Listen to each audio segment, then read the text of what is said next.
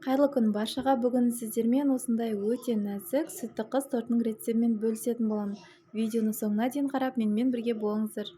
Ең алдымен бөлме температурасында еріп тұрған сары майымызды аламыз және де үстінен 2 дана жұмыртқамызды салып алатын боламыз. Мен 1,5 банка сгущенное молоко қолдандым. Қаласаңыздар 1 банка қолдансаңыздар да болады, бірақ 1,5 банка қолданған кезде сіздің торттарыңыздың коржы өте жұп-жұмсақ, нәзік болып шығады. Сол үшін де 1,5 банка қосуға кеңес беремін. Сгущенное молокомызды құйып болғаннан соң миксеріміздің көмегімен біркелкі масса болғанға дейін жақсылап миксерлеп алатын боламыз. Жан-жаққа шашырап кетпес үшін дәл осылай тік ұстап миксерлеген дұрыс. Міне жақсылап миксерлеп алдық. Енді кезекте 1 шай қасық қопсықшымызды, яғни разрыхлителімізді алдын ала өлшеп алған ұнымызға салып, қасығымызбен араластырып аламыз.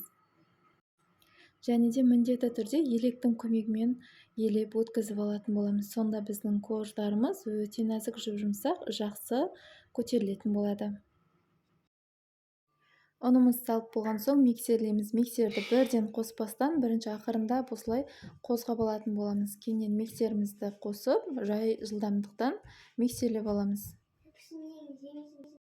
Міне біздің массамыз дайын. Бізде дәл осындай қоюлықтағы масса шығады. Келесі кезекте пергамент қағазымызға осылай форманың көмегімен бізге қажетті диаметрді сызып алатын боламыз. Мен 22 диаметр таңдадым. Қаласаңыздар 24 не болмаса 26 диаметр етіп сызып алсаңыздар да болады. Сызып болғаннан соң осы пергамент қағазымыздың бетіне жаңағы қамырларымызды салып аламыз. Әр формаға 3 ас қасықтан салып шықтым. Қамырларымызды салып болғаннан соң барынша осылай жұқа етіп барлық жеріне бірдей тегіс етіп жағып шығатын боламыз. Осылай барлық жеріне жеткізіп жағып болғаннан соң алдын ала қызып тұрған пешімізде қызарғанға дейін пісіріп аламыз. Бізде корждарымыз өте жылдам піседі, сол үшін де алдын ала барлық қамырларды пергамент қағазға дайындап салып алыңыздар. Және де міндетті түрде алдын ала қызып тұрған пеште пісіріңіздер. Міне осымен біздің корждарымыз дайын. Барлығы осылай пісіп шығады. Менде 6 дана корж шықты.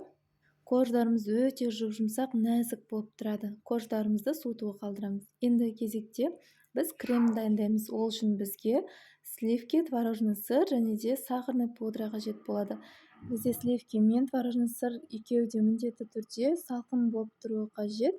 Сливкимізді қою болғанға дейін емес, кішкене ғана шамамен 2-3 минуттай миксерлеп алатын боламыз. Үстінен қант ұнтағын саламыз. Мен қант ұнтағын осылай електің көмегімен өткізіп аламын. Сонда арасында түйелері бар болатын болса, електің ішінде қалып кетеді. Творожный сырымызды салып аламыз да барлығын ақырындап миксерлеп бастайтын боламыз.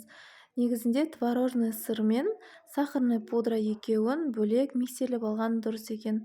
Сонда бізде көп уақытты алмайды және де миксерлегенде қатты шашырамайтын болады. Креміміз дәл осылай қою болғанға дейін миксерлеп отырамыз. Міне бізде қараңыздар, миксердің ізі қалып жатыр.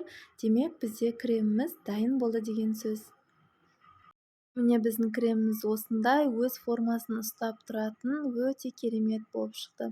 Енді жаңағы корждарымызды жинайтын боламыз. Корждардың барлығы бірдей болу үшін осылай кальциямен өлшеп алдым және де артық бөліктерін кесіп алып тастадым. Енді корждарымызды жинайтын боламыз. Егер сізде осындай кальций болатын болса, корждарды кальциямен жинаған өте ыңғайлы болады. Корж салып, бетінен 3 ас қасықтан кремін жағып шығамыз. Қалған корждарымызды дәл осы ретпен жинаймыз. Креміміздің үстінен коржымызды саламыз, крем жағамыз және де үстінен ең соңғы міне коржымызды қойып жатырмыз. Жақсылап тегістеп қойып аламыз және де бетінен кремімізді жағып шығамыз. Міне кремімізді жағып алдық. Енді шамамен 2-3 сағатқа холодильникке қойып қоямыз. Мен бір түнге қалдырдым. Міне біз корждарымызды холодильниктен алдық. Енді ақырындап осылай жан-жағын пышақтың көмегімен босатып алатын боламыз. Коржды формадан шығарып алғаннан соң жан-жағын пышақтың көмегімен кремдерін бір тегіс етіп жағып шығамыз.